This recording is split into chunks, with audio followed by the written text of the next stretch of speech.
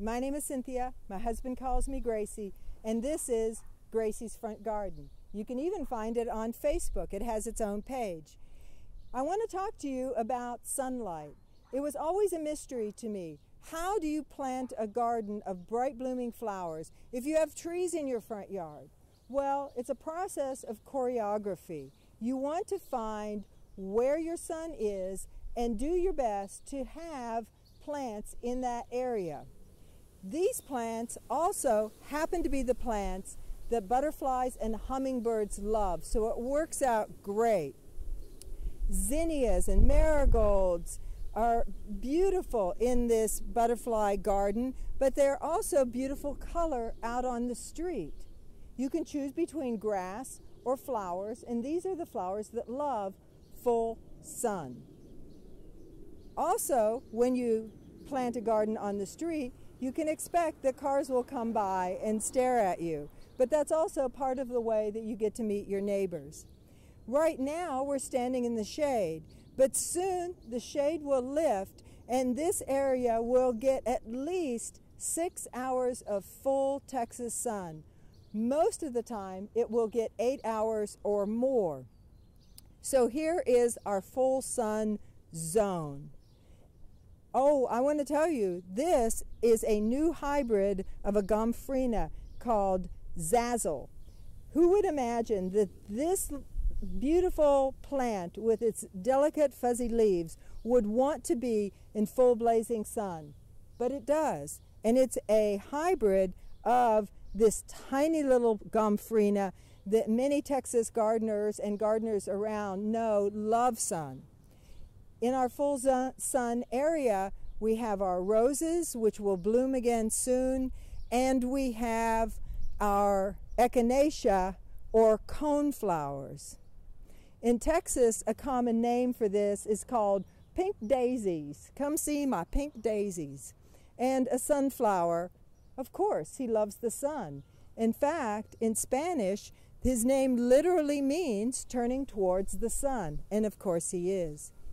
The passion vine that butterflies love to use as a nectar and host plant was tiny last month.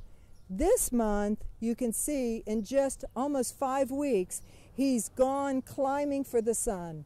And by the time we get through the month of June, he will have crossed the top of the arbor.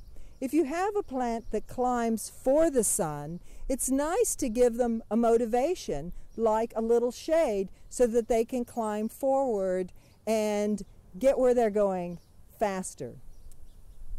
Now let's go to dappled sunlight and to bright shade.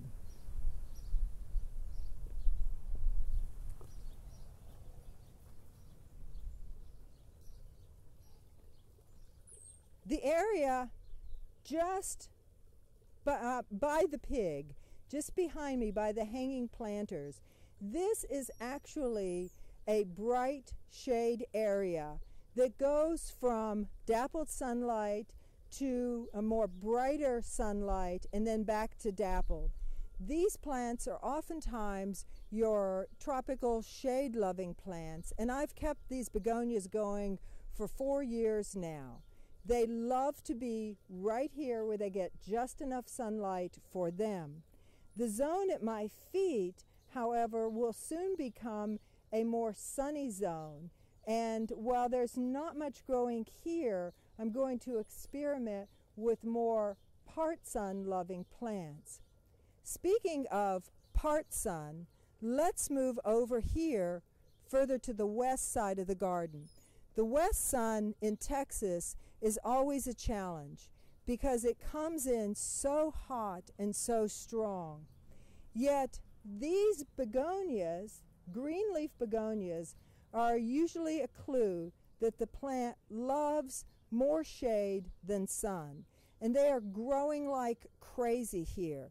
They get just enough sun coming through the perennial salvias, the salvia black and blue, that they are being given just exactly what they want. The purple impatiens I planted to fill in the empty zones around the begonias about 6 weeks ago. And as you can see, the begonias are leaping ahead and there's not much space in between the plants, but I love the combination.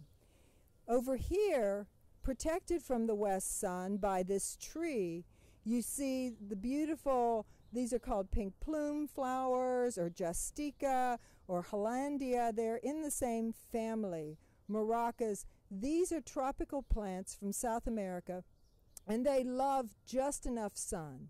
Well, you could ask me, how do you know what sun is going on in your shady garden? Well, you have to take your time and you have to watch. You have to take a day and go out and see how much sun is hitting which plant. The beautiful Japanese maples in my garden really only want 2 hours of intense western sun.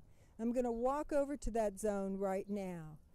It appears that they are living in full shade, and if you were living in Seattle, they would want to be in as much sun as you have. But here, I've picked them, I've placed them carefully in this area that gets no more than 2 hours of blazing afternoon sun in the summer, but does get enough sun from the morning and in the filtered light to allow them to come up and grow. So it's your responsibility to see what's going on in your garden, and it's as if you were a choreographer, and each season is like an act in the show, but each of the players or each of the dancers here can't move in and out easily, so you have to put them exactly where they like.